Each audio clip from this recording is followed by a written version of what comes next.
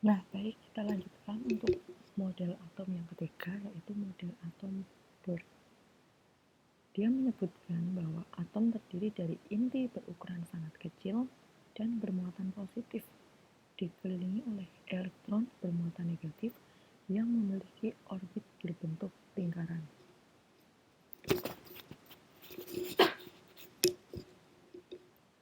Nah, coba dipahami perbedaan teori atom Rutherford dengan Bohr itu apa?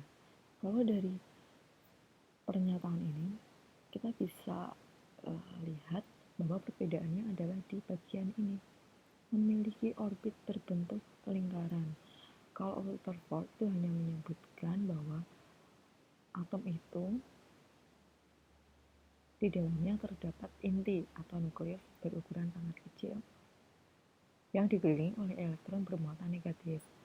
Tetapi Rutherford tidak menyatakan bahwa elektron memiliki orbit berbentuk lingkaran, sedangkan di Bohr ini ditambahkan orbit berbentuk lingkaran. Jadi orbit elektron itu berbentuk lingkaran. Seperti ini gambaran model atomnya. Ini adalah model atom, kemudian di tengahnya ada inti bermuatan positif atau nukleus. Kemudian di sekeliling inti ini ada elektron. Di sini ada elektron, ada elektron, ada elektron, dan masing-masing elektron itu memiliki orbitnya sendiri-sendiri atau jalur perputaran sendiri-sendiri. Ada yang jalur perputarannya di sini. Kan kalau orbit berbentuk lingkaran ya, di sini. Ada yang jalur perputarannya di sini. Ada yang orbitnya di sini. Nah, masing-masing orbit itu ada namanya. Orbit ini disebut dengan kulit atom. Jadi ini ada inti atom, kemudian dikelilingi oleh kulit atom, simbolnya N. Kulit atom yang paling dekat dengan inti, maka N-nya sama dengan 1. Untuk kulit atom yang ada nomor 2 setelah dari inti, maka N sama dengan 2. Sedangkan untuk kulit atom setelah nomor 2 ini, maka N-nya sama dengan 3, dan seterusnya. Jadi ini kulit atomnya adalah 1, 2, 3, dan seterusnya.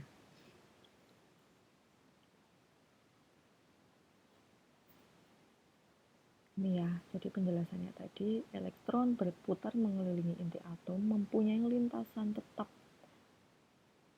sehingga elektron tidak jatuh ke inti.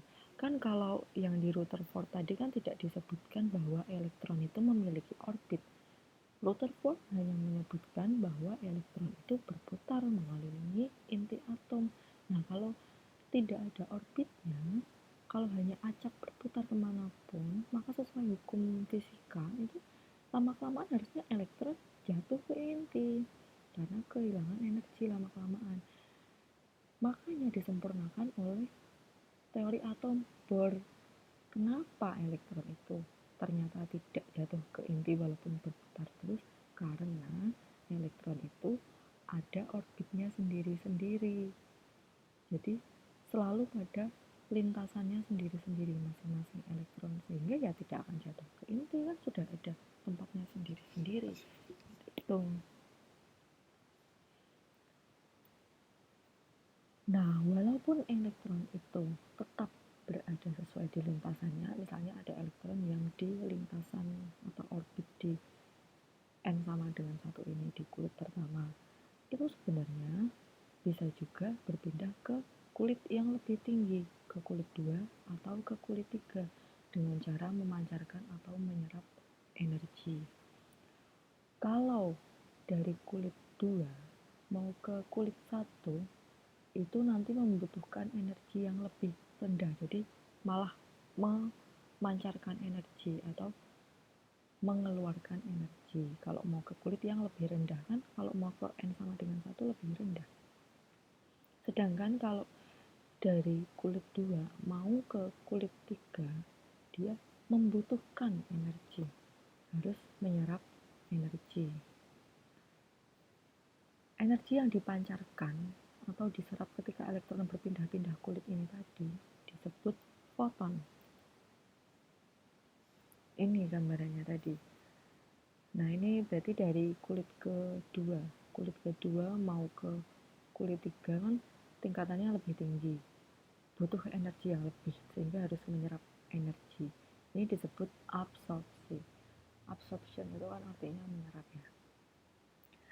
Sedangkan ini dari kulit ke 3 mau turun ke kulit 2 elektronnya, bisa dengan cara melepas energi karena kan lebih rendah, jadi malah melepas energi atau memancarkan energi, disebut emisi.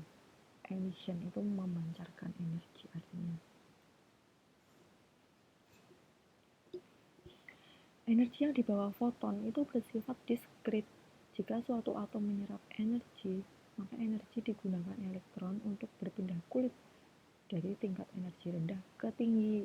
Itu tadi ya, jadi kalau mau dari rendah ke tinggi itu harus menyerap atau butuh tambahan energi.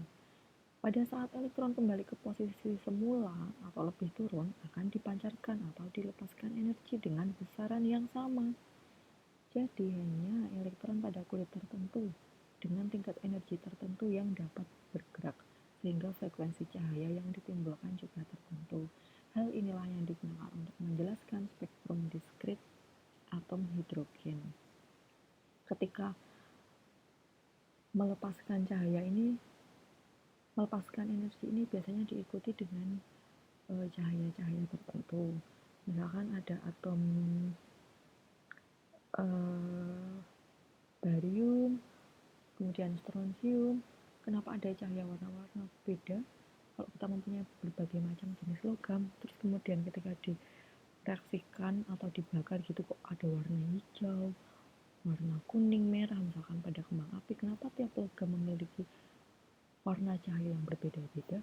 Ya karena tergantung tingkat energinya itu. Misalkan dari kulit 2 ke kulit 3 itu warna cahayanya misalkan kuning, itu karena tergantung dari gelombang cahaya atau rentang frekuensi cahayanya.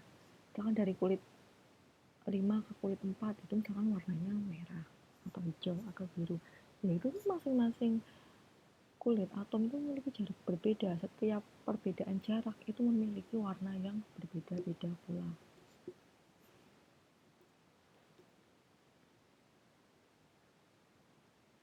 Nah, ini adalah model atom Bohr seperti ini. Ini di tengahnya ada nukleus atau proton atau inti atom bermuatan positif. Kemudian dikelilingi oleh elektron dengan orbit tertentu. Model atom Bohr dapat dianalogikan seperti sebuah tata surya mini. Pada tata surya, planet-planet beredar mengelilingi matahari. Kalau pada atom, elektron-elektron beredar mengelilingi inti atom. Hanya bedanya pada sistem tata surya, setiap lintasan atau orbit hanya ditempati satu planet. Ya kan, kalau di tata surya pas kalian SMP dulu udah belajar. Tetapi kalau pada atom, setiap orbit tidak harus satu elektron, tapi bisa ditempati lebih dari satu elektron. Seperti ini. Ini adalah inti, kemudian di kulit pertama ini disebut kulit K. Kulit kedua disebut kulit L. Kulit ketiga disebut kulit M, dan seterusnya.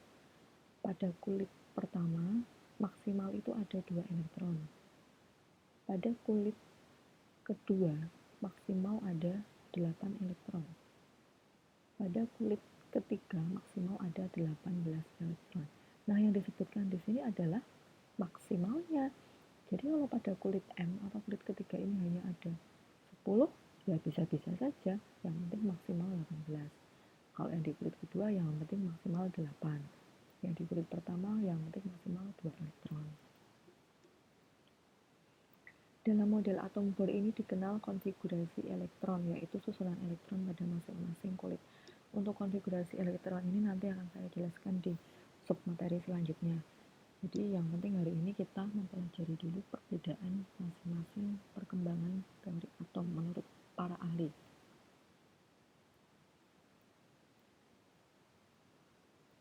Oke, ini besok saja.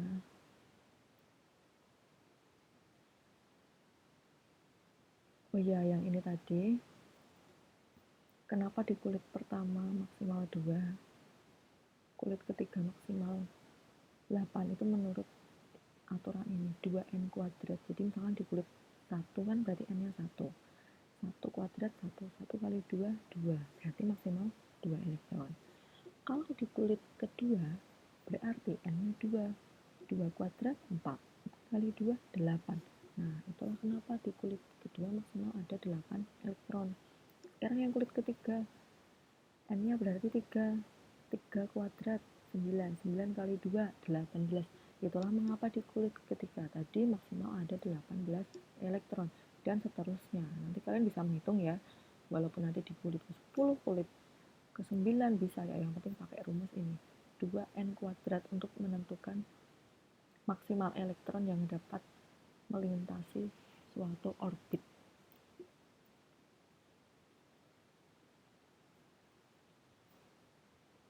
Nah, kelebihan dari model atom Bohr itu adalah dapat menjelaskan kestabilan atom, sehingga apa yang disempurnakan Bohr dari teori Rutherford ya dari orbitnya itu. Kalau Rutherford kan tidak menjelaskan adanya orbit, sehingga seharusnya elektron itu jatuh ke inti lama-lama, tapi kan kenyataannya tidak jatuh ke inti lah. Kenapa tidak jatuh ya, padahal kan tidak ada orbitnya. Itu kalau menurut Rutherford. Sedangkan kalau menurut Bohr itu disempurnakan menjadi elektron. Kenapa tidak jatuh ke inti? Karena elektron itu memiliki orbit atau lintasan sendiri-sendiri. Kemudian dapat menerangkan dengan jelas spektrum pancaran emisi atau serapan dari atom hidrogen. Ini yang saya jelaskan tadi, kenapa ketika logam yang bermacam-macam dibakar itu cahaya yang dipancarkan atau cahaya yang diperlihatkan itu bisa berwarna-warni. Tapi juga ada kekurangannya yang Bohr ini, yaitu hanya mampu menjelaskan spektrum atom hidrogen. Atom hidrogen itu adalah atom yang elektronnya paling sedikit di segala jenis atom.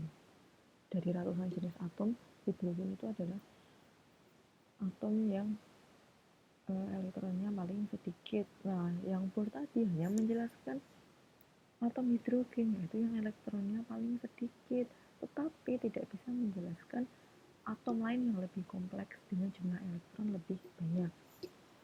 Nah, kemudian kekurangannya adalah orbit atau kulit elektron mengelilingi inti atom bukan berbentuk lingkaran sebenarnya itu, tapi berbentuk elips.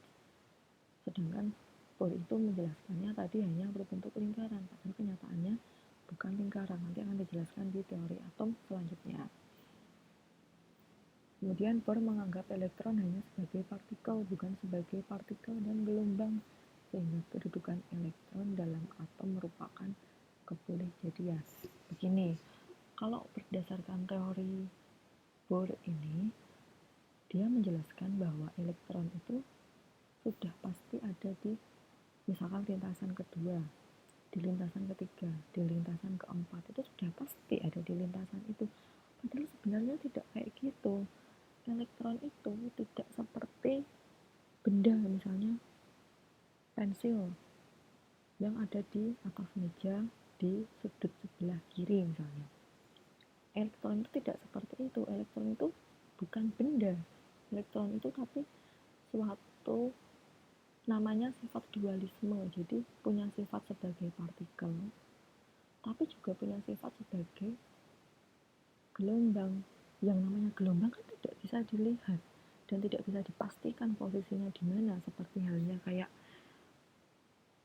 pulpen yang ada di sudut kiri meja tidak bisa ditemukan secara pasti kalau yang namanya gelombang.